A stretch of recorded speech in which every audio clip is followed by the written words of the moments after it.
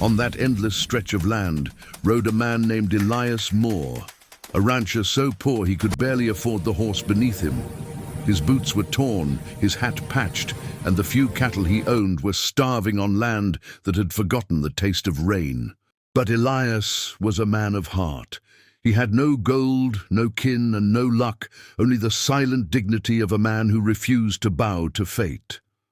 As the storm worsened, he pulled his coat tight and guided his horse toward the ridge that overlooked a narrow valley, the kind of place coyotes haunted and outlaws disappeared. Then he saw it.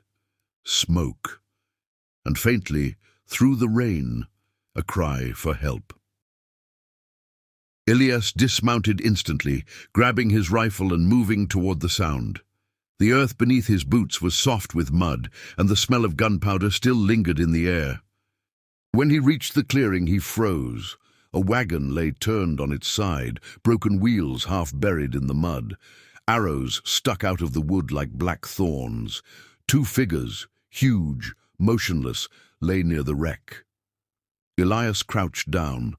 Both were young Apache men, broad-shouldered, powerful, identical twins by the look of them.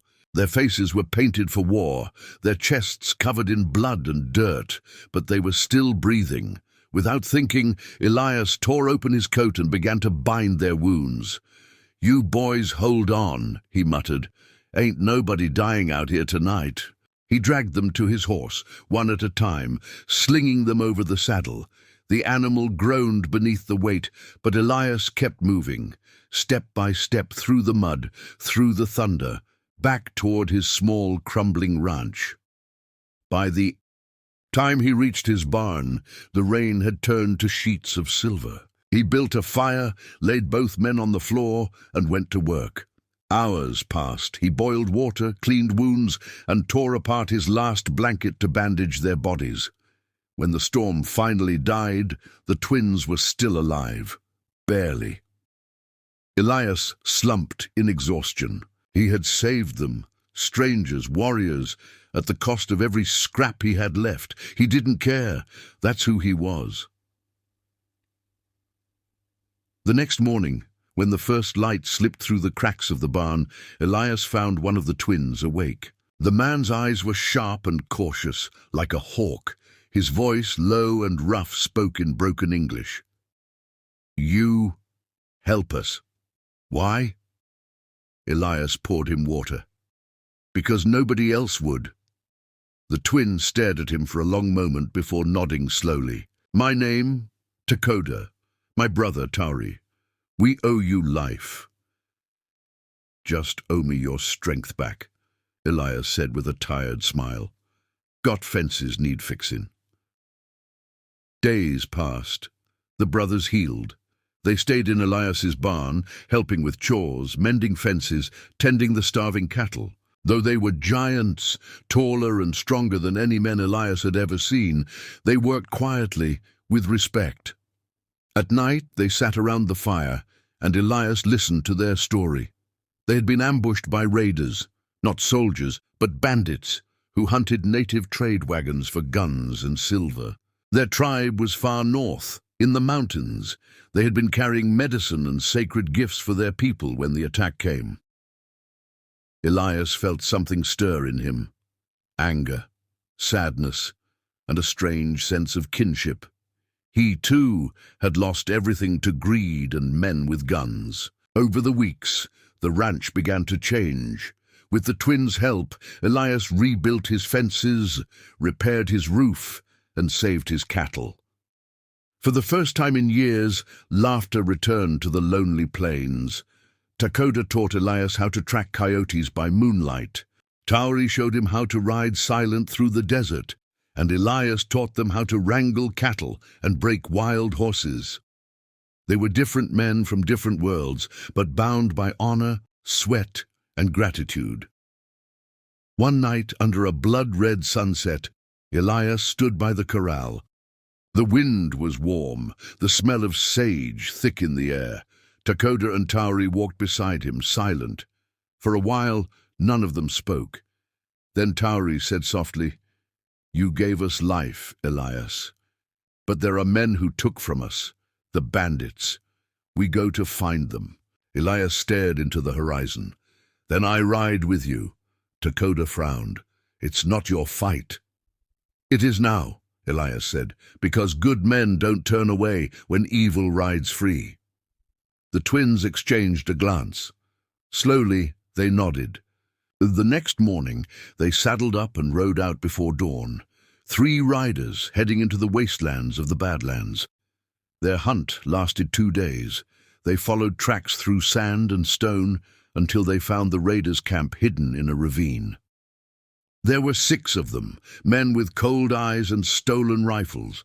Elias crouched behind a rock, whispering, "We do this clean, quiet." Dakota smiled. Apache way. What followed was quick and fierce. The twins moved like shadows, silent and deadly. Elias fired from the ridge, his old rifle cracking like thunder. When the smoke cleared, the camp was still. The bandits were gone. Among the loot, they found the stolen medicine, the sacred bundles, and a small bag of silver coins. Dakota took the bag and placed it in Elias's hand. "For you," he said. "Our thanks." Elias looked at the coins, then shook his head. "You keep it. Go home. Take your people what's theirs." But Tauri smiled. "We will, but not before we help you." The twins stayed one last week on the ranch. Together, they finished building a new barn, repaired the well, and left behind 3 strong horses. When it came time to go, the morning was heavy with silence. Elias stood by the gate. "Guess this is goodbye, boys." Dakota clasped his shoulder. "No, brothers never say goodbye. They say, until the fire burns again." Elias nodded slowly. "Until the fire burns again." The twins rode off into the sunrise, their silhouettes fading into the golden light of the desert. For a long time, Elias stood there, hat over his chest, feeling a strange warmth in his heart, a peace he hadn't felt in years. Months later, after the rains returned and grass grew green again, Elias heard hoofbeats one morning. He stepped outside, and there they were. Dakota and Tauri riding down from the ridge, smiling wide. Behind them followed a dozen horses loaded with supplies and tools. Tauri dismounted and handed Elias a small pouch. "From our people," he said, "for the man who saved 2 brothers and taught them what honor means." Elias opened the pouch, gold dust shining like the sun. He shook his head. "I don't deserve this."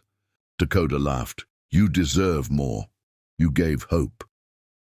That night, they built a fire together again. The flames danced against the open sky, the stars burning bright above the desert. They ate, they laughed, and they remembered how a poor rancher's kindness had changed everything. And as the fire crackled low, Elias looked at his 2 friends, his brothers, and smiled. "Funny thing," he said. "I set out to save 2 men that night. Turns out, they're the ones who saved me." The twins nodded. The Great Spirit knows balance. One heart saves another. Elias stared into the fire. Maybe that's all any man's meant to do. Make someone else's road a little easier. The night was quiet after that. Only the fire and the whispering wind carried their story. Across the desert, the story of a poor rancher and 2 Apache brothers who found family in a world that had forgotten mercy.